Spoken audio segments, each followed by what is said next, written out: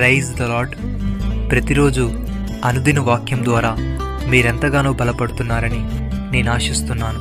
అలాగే మీరు కనుక మన యూట్యూబ్ ఛానల్ని క్రొత్తగా వీక్షిస్తున్నట్లయితే మన యూట్యూబ్ ఛానల్ని సబ్స్క్రైబ్ చేయండి, ఇతరులకు షేర్ చేయండి.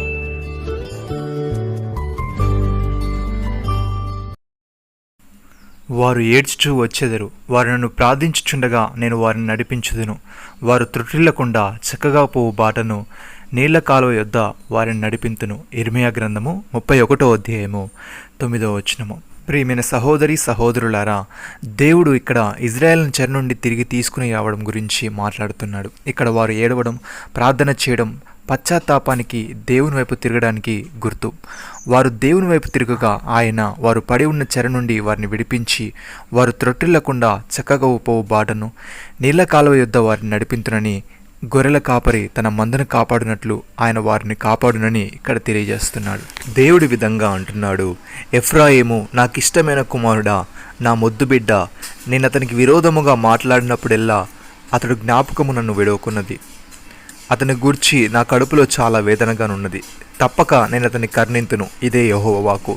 ఇజ్రాయేలు కుమారి, సరిహద్దురాలను పాటించుము, దోవచూపు స్తంభమును నిలవబెట్టుము.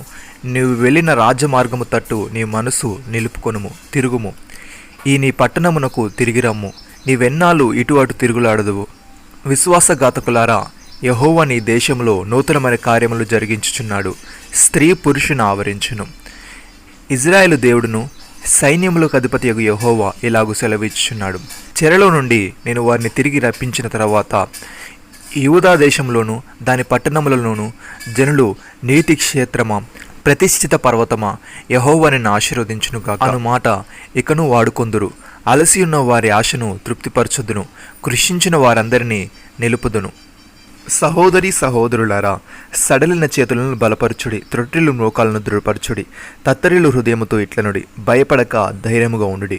ప్రతిదండన చేయుటకై మీ దేవుడు వచ్చుచున్నాడు. ప్రతిదండనను, దేవుడు చేయదగిన ప్రతీకారమును ఆయన చేయును. ఆయన వచ్చి తానే మిమ్మల్ని రక్షించును. ఏసయ్య తన శిష్యుల తట్టు పారచూచి ఇట్లనెను, బీదలైన మీరు ధన్యులు, దేవుని రాజ్యం మీది. ఇప్పుడు ఆకలి గొనుచున్న మీరు ధన్యులు, మీరు తృప్తిపరచబడుదురు. ఇప్పుడు ఏడ్చుచున్న మీరు ధన్యులు, మీరు నవ్వుదురు. మనుష్య కుమారు నిమిత్తము మనుషులు మిమ్మల్ని ద్వేషించి, వెలివేసి, నిందించి, మీ పేరు చెడ్డదని కొట్టివేనప్పుడు మీరు ధన్యులు.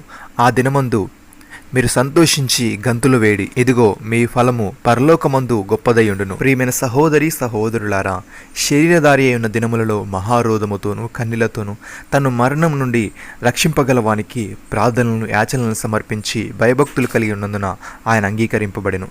ఆయన కుమారుడయుండియు తాను పొందిన శ్రమల వలన విధేయతను నేర్చుకునను, మరియు ఆయన సంపూర్ణ సిద్ధి పొందిన వాడై మెల్కీసెదకు యొక్క క్రమములో చేరిన ప్రధాన యాజకుడిని దేవుని చేత పిలువబడి తనకు విధేయులైన వారందరికీ నిత్య రక్షణకు కారకుడాయను. నమ్మిన వారు నాతో కలిసి ప్రార్థనలో ఏకీభవించండి. మమ్మల్ని మిక్కిలిగా ప్రేమిస్తున్న మా ప్రియ పరలోకపు తండ్రి, మీరు మాకు ఇచ్చిన వాగ్దానాన్ని బట్టి మీకు స్తోత్రములు. దేవా, మేము సడలిన చేతులను బలపరచుచు, త్రొట్టిల్లు మోకాలను దృఢపరచుచు, తత్తెల్లు హృదయముతో భయపడక ధైర్యముగా ఉండి, ప్రతిదండన చేయుటకై మీ దేవుడు వచ్చుచున్నాడు.